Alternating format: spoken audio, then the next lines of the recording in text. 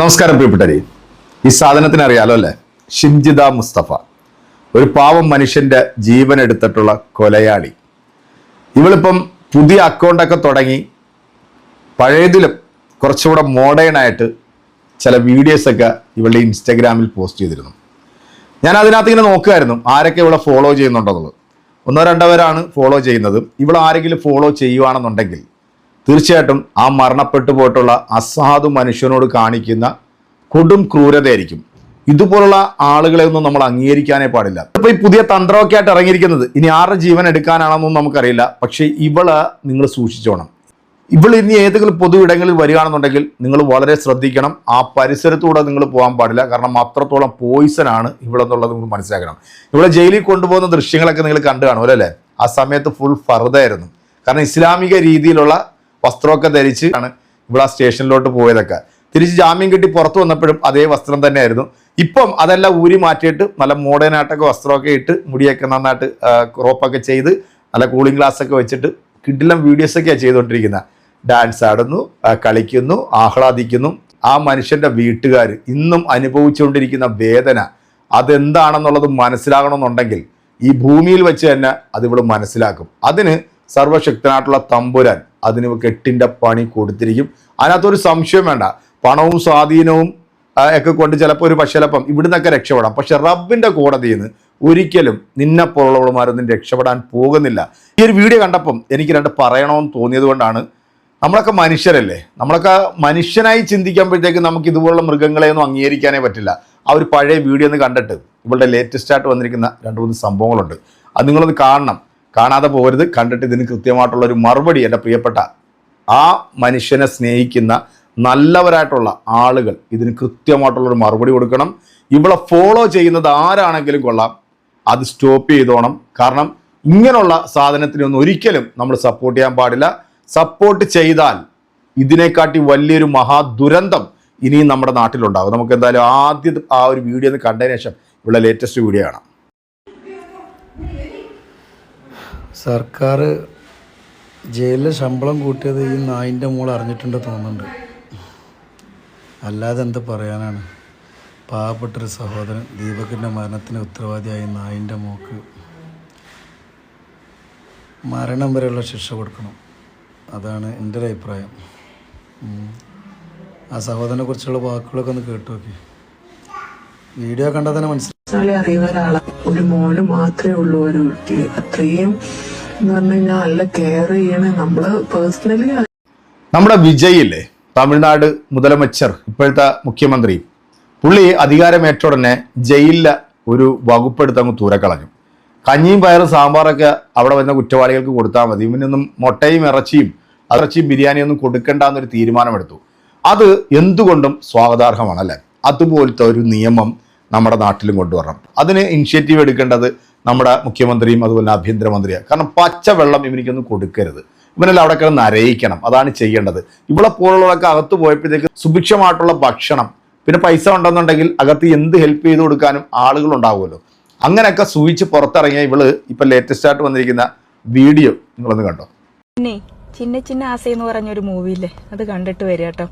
Sorry, movie review ഒന്നല്ല. ഞാൻ എന്തായാലും സ്റ്റോറി ഇട്ടിട്ടുണ്ട്. അപ്പോൾ ഒരുപാട് ആളുകൾ വന്നിട്ട് ചോദിക്കും എങ്ങനെയുണ്ട്. അവർക്ക് വേണ്ടി കേട്ടോ പറയുന്നത്. നല്ല രസമുള്ളൊരു സോഫ്റ്റ് ആയിട്ടുള്ള മൂവി, സ്ലോ പേസിൽ പോകുന്ന ഒരു അപ്പൂപ്പൻ താടി പോലത്തെ ഒരു സിനിമ. നല്ല രസമുണ്ട്. ഞാൻ ഒറ്റക്കാ കണ്ടത്. ആ ഒറ്റക്കൊക്കെ ഇങ്ങനെ ഇരുന്നിട്ട് ശാന്തമായിട്ട് മനസ്സിനിങ്ങനെ കാമാക്കി വെച്ചിട്ട് കാണാൻ പറ്റിയൊരു സിനിമയില്ലേ, അങ്ങനെ ഒരു സാധനം. വർത്താണ്. തിയേറ്ററിൽ പോയിട്ട് തന്നെ കാണണം. കണ്ടാലേ നിങ്ങളെ മനസ്സിൽ കാലാകാലം ഇങ്ങനെ ഇരിക്കും ആ സിനിമ. അത് ഉറപ്പാ. സോ പോയി കാണും. ശരിയാ? Thank you.